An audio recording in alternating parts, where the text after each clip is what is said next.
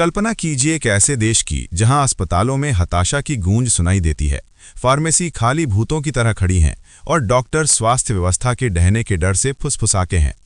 अभी यूरेशिया के दिल में तुर्की एक ऐसे दुष्स्वप्न से जूझ रहा है जो युद्ध या भूकंप से नहीं बल्कि कुछ ज्यादा छिपे हुए खतरे से है।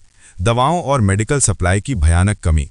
ये सप्लाई चेन में कोई छोटी मोटी गड़बड़ी नहीं है, ये भू राजनैतिक तनावों से उपजा तूफान है, जहां एक देश के साहसिक शब्दों ने आर्थिक प्रतिशोध की श्रृंखला शुरू कर दी और इसके केंद्र में भारत, दुनिया की फार्मेसी, चुपचाप अपनी जीवन रक्षक निर्यात को तुर्की के किनारों से दूर कर रहा है।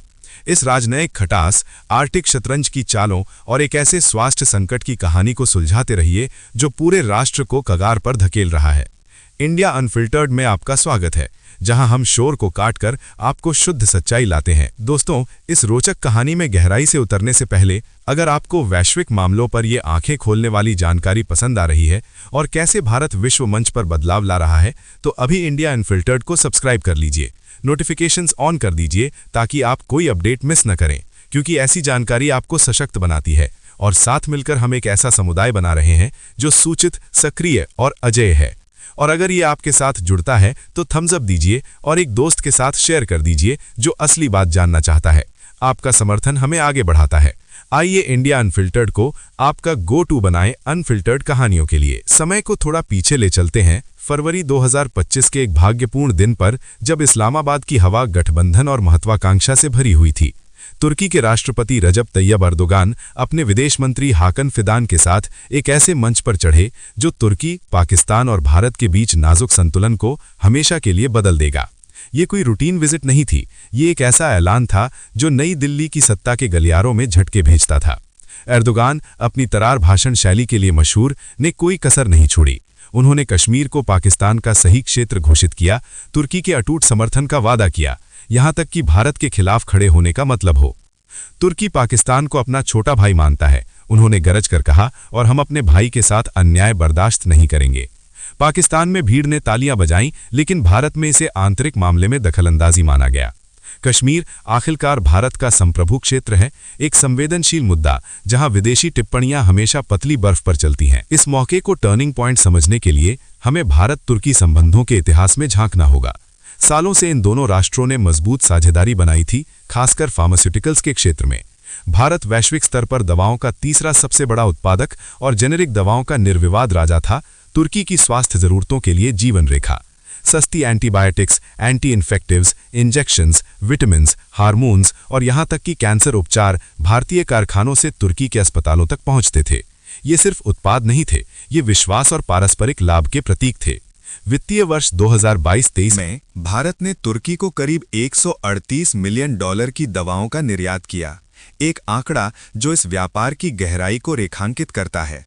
लेकिन एर्दोगान के शब्दों ने सब बदल दिया। वे अलग थलग नहीं थे। लंबे समय से आरोप लगते रहे हैं कि तुर्की आतंकवादी तत्वों को शरण देता है, कीमती मेडिकल संसाधनों को छिपे समूहों के इलाज में मोड़ता है।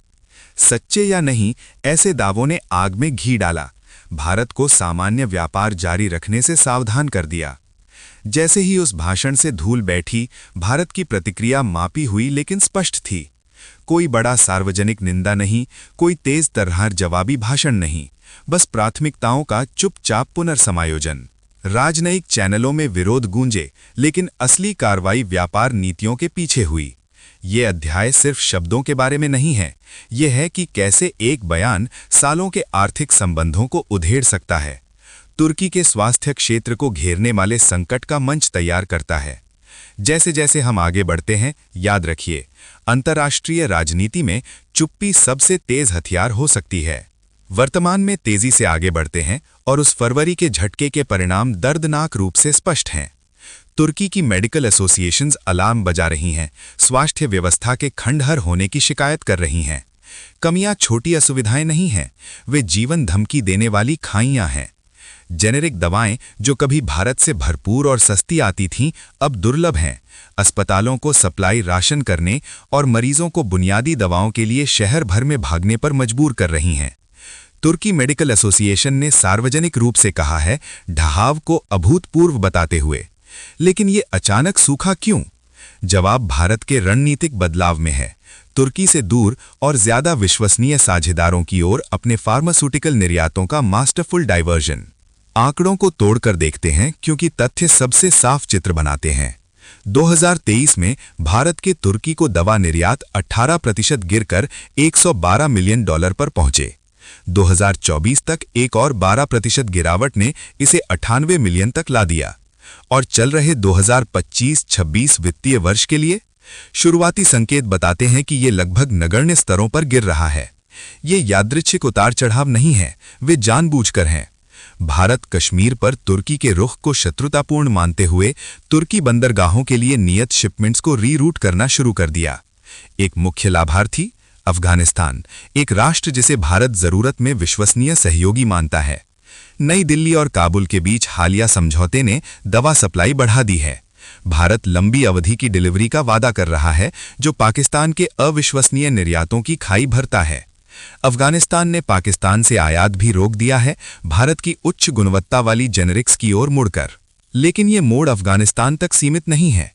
भारत वैश्विक व्यापार में हमेशा चतुर खिलाड़ी है, बड़ी मार्केट्स पर नजर रखता है। ब्राजील और नाइजीरिया लंबे समय से भारतीय फार्मा उत्पादों के लिए ज्यादा मांग कर रहे हैं, अब बढ़ी हुई सप्लाई देख रहे हैं। रिपोर्ट्स बताती हैं कि भारत इन राष्ट्रों को निर्यात बढ़ाकर संयुक्त रूप से $20 बिलियन तक ले जाने की तैयारी में है। ये विविधीकरण भारत को नुकसान नहीं पहुंचा रहा, बल्कि उल्टा। दुनिया की फार्मेसी के रूप में भारत के कुल फार्मा निर्यात बढ़ रहे हैं, तुर्की पुलबैक से अछूके।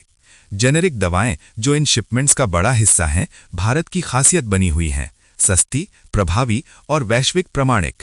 यहाँ जो दिलचस्प है वो व्यापक संदर्भ है। तुर्की की भारत पर निर्भरता गहरी थी। सालाना मिलियंस डॉलर के आयात उनकी व्यवस्था को चलाते थे। अब शिपमेंट्स रुकने या देरी से तुर्की यूरोप की ओर मुड़ता है विकल्पों के लिए। लेकिन यूरोपीय दवाएं प्रीमियम पर आती हैं, भारत की जेनेरिक से कहीं महंगी। ये कीमत वृद्धि एक पहले से महंगाई से जूझ रहे तुर्की अर्थव्यवस्था पर बोझ डालती है। साधारण नागरिकों को सबसे ज्यादा मारती है। मरीज ज्यादा भुगतान करते हैं, अस्पताल बजट के तहत दबते हैं और तरंग प्रभाव समाज के हर कोने को छूते हैं। ये अध्याय आर्थिक लेवरेज की शक्ति दिखाता है। भारत की चाल दंडात्मक नहीं है, वो सुरक्षात्मक है। संसाधनों को उन साझेदारों को सुनिश्चित करती है जो सीमाओं का सम्मान करते हैं।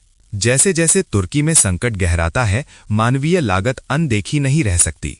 फार्मेसी जरूरी जेनेरिक्स के शेल्फ से गायब होने की रिपोर्ट्स देती हैं, मरीजों को कई स्टोर्स में घूमने पर मजबूर कर रही हैं। अस्पताल अभिभूत महंगे विकल्पों से बदलाव करते हैं, लागत और देरी बढ़ाते हैं। अर्थव्यवस्था पहले से मुद्रा समस्याओं और महंगाई से जूझ रही है, अब इस नए बोझ को उठाती है। क्या तुर्की एर्दोगान के साहसिक शब्दों पर पछतावा करेगा? भू राजनीति के शतरंज में शब्दों की कीमत भारी होती है, दशकों पीछे संबंधों को धकेल सकती है। तुर्की के विकल्प सीमित और दोषपूर्ण हैं।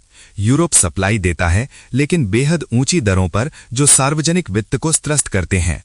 पाकिस्तान, तुर्की का छोटा भाई, खुद आर्थिक उथल-पुथल में फंसा है। विदेशी मुद्रा की कमी, सीमित उत्पादन और अस्थिर डिलीवरी इसे अविश्वसनीय उद्धारक बनाते हैं। अगर मदद मिले भी तो वो अस्थायी, महंगी और अपर्याप्त होगी। तुर्की के आतंकवादी समूहों से संबंधों के आरोप सिर्फ मामलों को जटिल बनाते हैं, अंतर्राष्ट्रीय विश्वास को कम करते हैं और विविध स्रोतिंग को कठिन बनाते हैं। इस बीच भारत मजबूती से खड़ा है, उसकी फार्मा इंडस्ट्री फल फूल रही है। जेनेरिक्स में एक वैश्विक नेता के रूप में भारत की भूमिका सप्लायर से आगे है। वो विश्वास पर आधारित साझेदार है। जब वो विश्वास डगमगाता है, जैसे तुर्की के साथ, तो व्यापार प्रभावित होता है। फिर भी भारत अलग थलग नहीं है। अफगानिस्तान को उसके निर्यात मानवीय संबंध मजबूत करते हैं, जबकि ब्राजील और नाइजीरिया में विस्तार लाभदायक दरवाजे खोलते हैं। ये नुकसान नहीं है, ये स्थिरता और विकास की ओर रीअलाइनमेंट है। ये अध्याय एक गंभीर सत्य के साथ बंद होता है। ऐसे संकट हमारी दुनिया की परस्पर जुड़ाव को हाईलाइट करते हैं। तुर्की की दुर्दशा अगर सप्लाई स्थिर न हुई तो और गहरी हो सकती है, लेकिन ये भारत के बढ़ते प्रभाव को भी रेखांकित करता है। आक्रामकता के बिना आर्थिक शक्ति का उपयोग कर हितों की रक्षा करना। जैसे कि हम राजनयिक उलझनों और डाइवर्टेड डिलीवरी की इस कहानी को समेटते हैं, एक संदेश स्पष्ट गूंजता है। राष्ट्रों के अखाने में कार्रवाइयां इरादों से तेज गूंजती हैं। तुर्की का स्वास्थ्य संकट महज दुर्भाग्य नहीं है, ये एक दरार का परिणाम है जो शब्दों से शुरू हुई लेकिन रोकी गई जीवन रेखाओं में प्रकट हुई। भारत अपनी फार्मा शक्ति को अफगानिस्तान, ब्राजील और नाइजीरिया जैसे सहयोगियों की ओर मोड़कर न सिर्फ अपनी संप्रभुता की रक्षा की है बल्कि अपने ग्लोबल कद को बढ़ाया है। आंकड़े कहानी कहते हैं, तुर्की को गिरते निर्यात, कहीं और बढ़ती सप्लाई, लेकिन असली नैरेटिव लचीलेपन और पारस्परिकता का है। इसका भविष्य के लिए क्या मतलब? तुर्की के लिए ये जागने की पुकार है रिश्तों को सुधारने की या लंबे दर्द का सामना करने की। भारत के लिए ये रणनीति की पुष्टि है जो विश्वास को लेन देन से ऊपर रखती है। और दुनिया के लिए एक याद दिलाना कि स्वास्थ्य सिर्फ घरेलू मुद्दा नहीं है, ये अंतर्राष्ट्रीय संबंधों के ताने बाने में बुना है। जैसे जैसे व्यापार में सीमाएं धुंधली होती हैं, वैसे ही असहमति के परिणाम साइन ऑफ करने से पहले इस जानकारी को कार्य में बदलते हैं।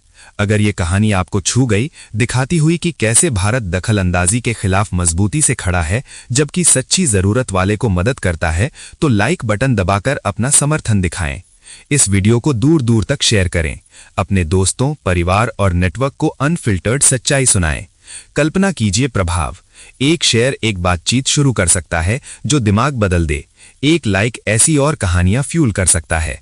और अगर आपने अभी तक नहीं किया तो आज इंडिया अनफिल्टर्ड को सब्सक्राइब करें।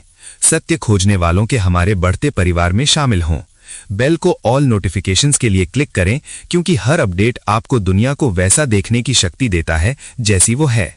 आपका जुड़ाव सिर्फ सराहनीय नहीं है बल्कि हमारे चैनल की धड़कन है।